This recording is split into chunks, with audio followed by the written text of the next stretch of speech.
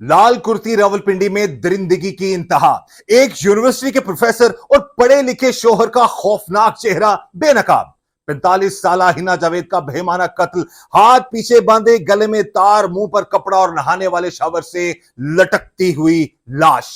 क्या डिग्रियां और आला तालीम भी हमारे मुआशरे की सोच को बदल नहीं पाई और ऐसे दरिंदे फिर भी ऐसा जुल्म कर बैठते हैं। अस्सलाम वालेकुम नाज़रीन, मैं हूं कैसर खान और आज हम बात करेंगे रावलपिंडी से सामने आने वाले 45 साल हिना जावेद के इस लर्जाखेज और दर्दनाक कत्ल केस की, जिसने तालीमी डिग्रियों और हमारे नाम निहाद पढ़े लिखे मुआशरे पर एक बहुत बड़ा सवालिया निशान लगा दिया है। नाजरीन, इस होलनाक वाकये की जो तफसीलात सामने आई हैं, उनके मुताबिक 45 साल हिना जावेद का निकाह महज 9 महीने पहले हुआ था। जराये के मुताबिक उनका शोहर फैसल असगर कोई अनपढ़ शख्स नहीं था, बल्कि वो एक यूनिवर्सिटी में टीचर था और जो बच्चों को तालीम देता था। वो शख्स जो डिग्रियां बांटता था और महफिलों में तहजीब की बातें करता था, उसका असल चेहरा इतना खौफनाक निकलेगा, उसका अंदाजा शायद उस मजलूम खातून हिना जावेद को भी नहीं था। थाना सिविल लाइंस में दर्ज एफआईआर के मुताबिक 20 अगस्त की सुबह तकरीबन 5:30 बजे मकतूला हिना जावेद के भाई को हिना जावेद के ससुर की तरफ से कॉल मौसूल होती है, जिसमें कहा जाता है कि आपकी बहन की तबीयत खराब है, फौरन पहुंचे। लेकिन जब हिना जावेद का भाई सुबह 7:15 बजे हिना जावेद के घर पहुंचता है तो वहां का मंजर देखकर उसकी रूह कांप उठती है।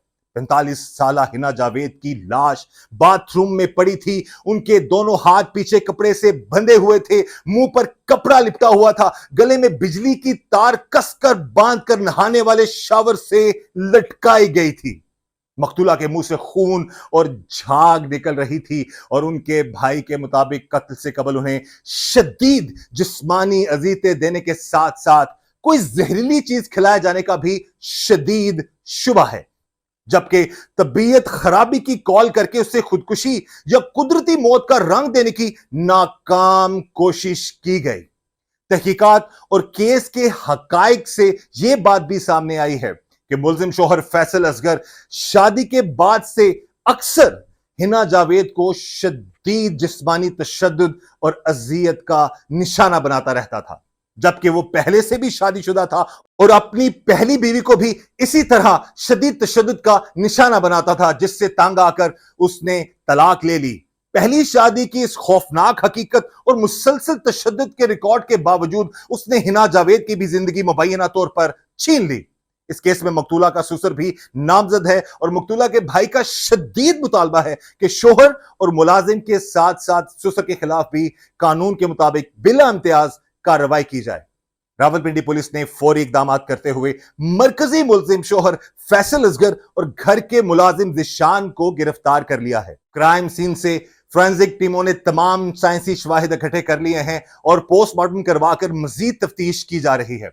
इस दिल दहला देने वाले वाकये के बाद कानून और हमारे तालीमी और समाजी निजाम पर चंद इंतहाई तल्ख सवाल उठते हैं। पहला सवाल, अगर इस केस को खुदकुशी और कुदरती मौत का रंग देने की कोशिश की गई है तो जिस खातून के हाथ पीछे बंधे हो, मुंह पर कपड़ा ठूंसा हुआ हो, गले में तार कसकर लटकाया गया हो, तो क्या कोई इंसान खुद अपने हाथ बांधकर अपने आप को लटका सकता है? और अगर यह खुदकुशी नहीं तो फिर ऐसा खौफनाक ड्रामा रचाने वाले दरिंदे कौन हैं? दूसरा सवाल, अगर यूनिवर्सिटीज में बच्चों को पढ़ाने वाले टीचर्स और आला तालीम याफ्ता लोग घरेलू तशद्दुद और इतने बेईमाना कत्ल में मुलव्विस निकलेंगे तो हम अपने तालीमी निजाम और समाजी तरबियत को किस तरफ जाता देखें?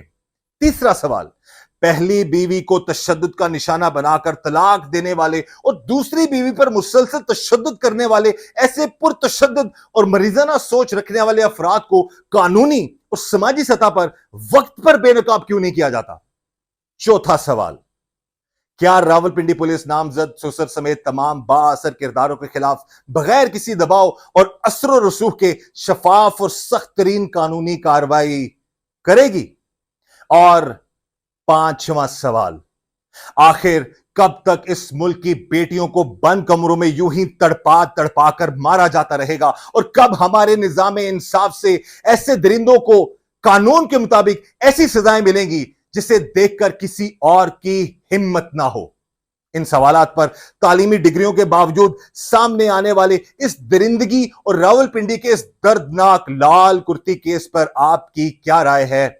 कमेंट सेक्शन में अपनी राय का इजहार करें और इस मजलूम बहन के लिए आवाज उठाने के लिए इस वीडियो को शेयर करें। इस दुआ के साथ कि अल्लाह ताला हम सब पर रहम करम और फजल फरमाए। अल्लाह ताला हमें हर तरह और हर किसी की शर से बचाए। मुझे इजाजत दीजिएगा। अल्लाह हाफिज।